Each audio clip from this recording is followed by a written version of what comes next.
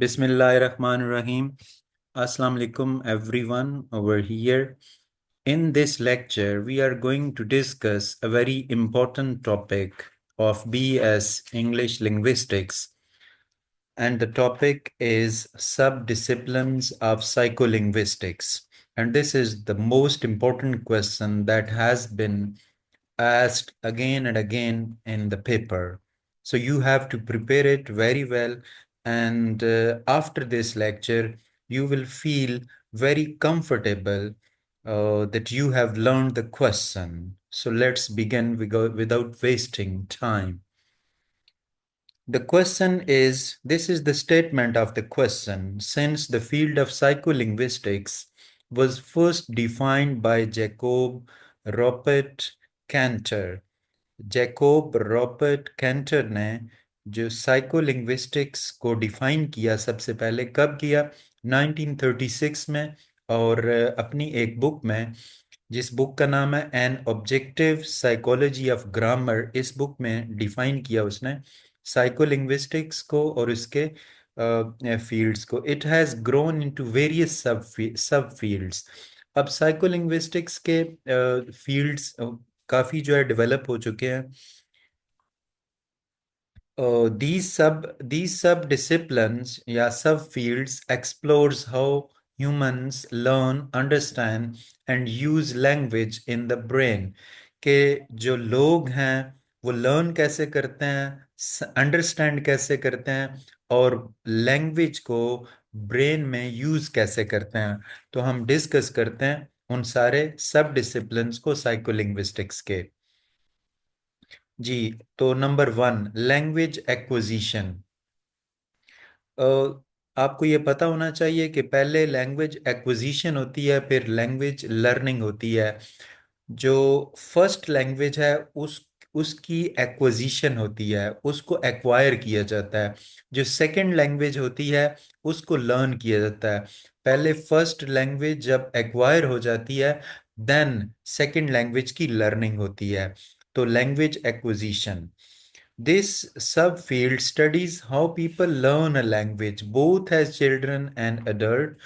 के बच्चे और जब वो बड़े हो जाते हैं तो दोनों फेजेस ऑफ लाइफ में वो लैंग्वेज को किस तरीके से लर्न करते हैं first language acquisition focuses on how infant के किस तरीके से बच्चे and young children pick up their native language naturally कि जो बच्चे हैं वो नेचुरल तरीके से किस तरीके से जो अपनी फर्स्ट लैंग्वेज है उसको पिक करते हैं जो एनवायरनमेंट में मौजूद होती है explain milestones like babbling first words and forming sentences पहले वो बेबल करते हैं फिर सेंटेंस बनाते हैं for example a baby says मामा as their first word second language acquisition basically second language learning होती है studies how people learn a new language after their native language जब native language जो है उसको वो एक्वायर कर लेते हैं तो फिर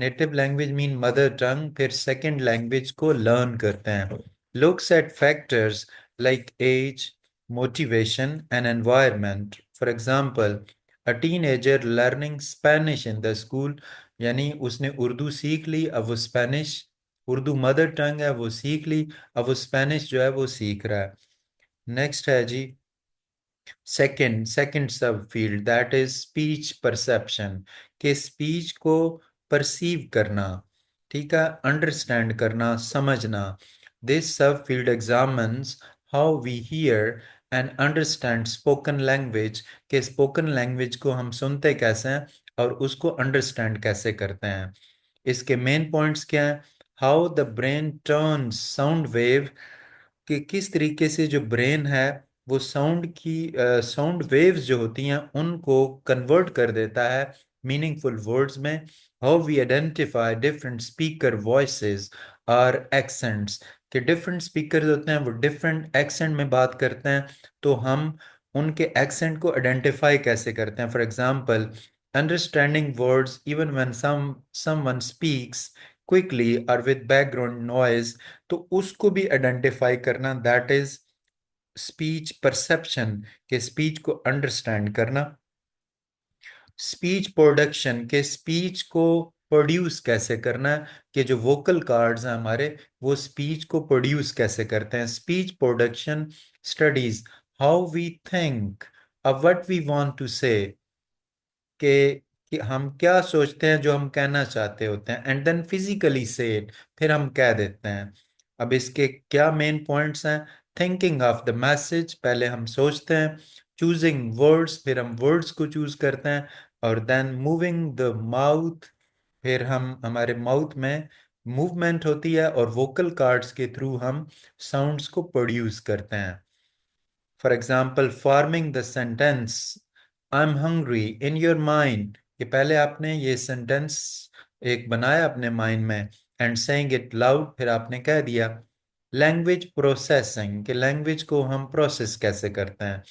this subfield explores how the brain processes language in real time, how we read, listen, or write language, how we quickly understand the meaning of the sentences. For example, understanding a joke instantly without thinking deeply. Neurolinguistics. This branch connects, ये branch connect करती है psycholinguistics को किसके साथ? Neuro science के साथ, जिसमें हम स्टडी करते हैं how the brain sports language, कि हम ब्रेन की हेल्प से लैंग्वेज को कैसे सीख सकते हैं।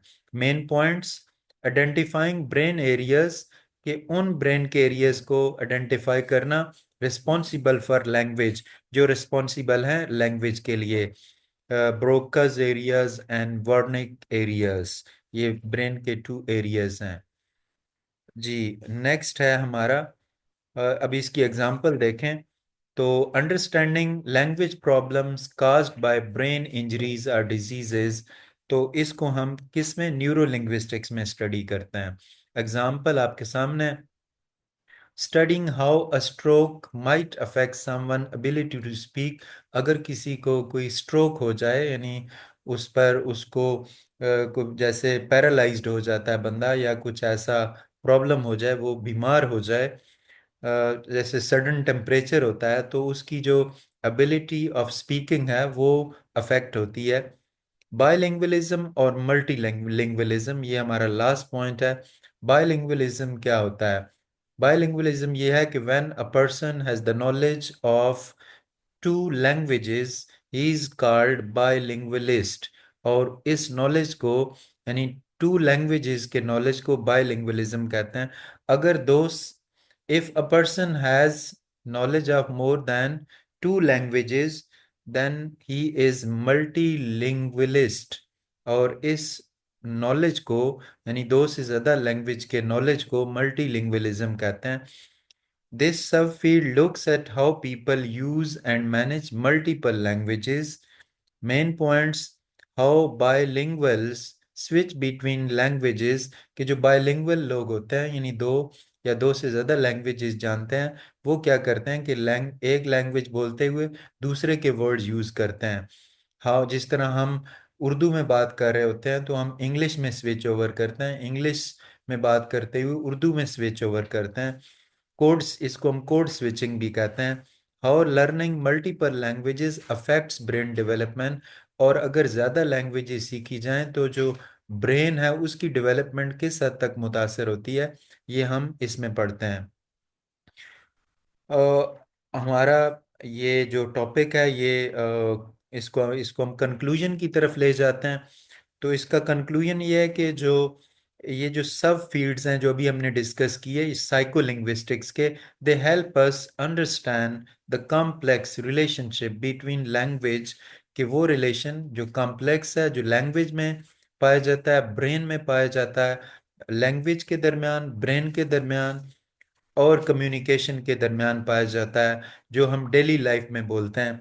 और इसको अगर हम इनको अगर हम स्मॉलर एरियाज में ब्रेक करें तो it is easier to explain या explore how human use language and solve problems related to it. Hopefully हमारा ये जो टॉपिक था, सब फील्ड्स ऑफ साइकोलिंग्विस्टिक्स, आपको अच्छी तरह समझ आ गया होगा। I request all of you to subscribe to the channel, and like the video. And if you have any difficulty or you want some other topic to be discussed over here, you can comment as well. Thank you very much.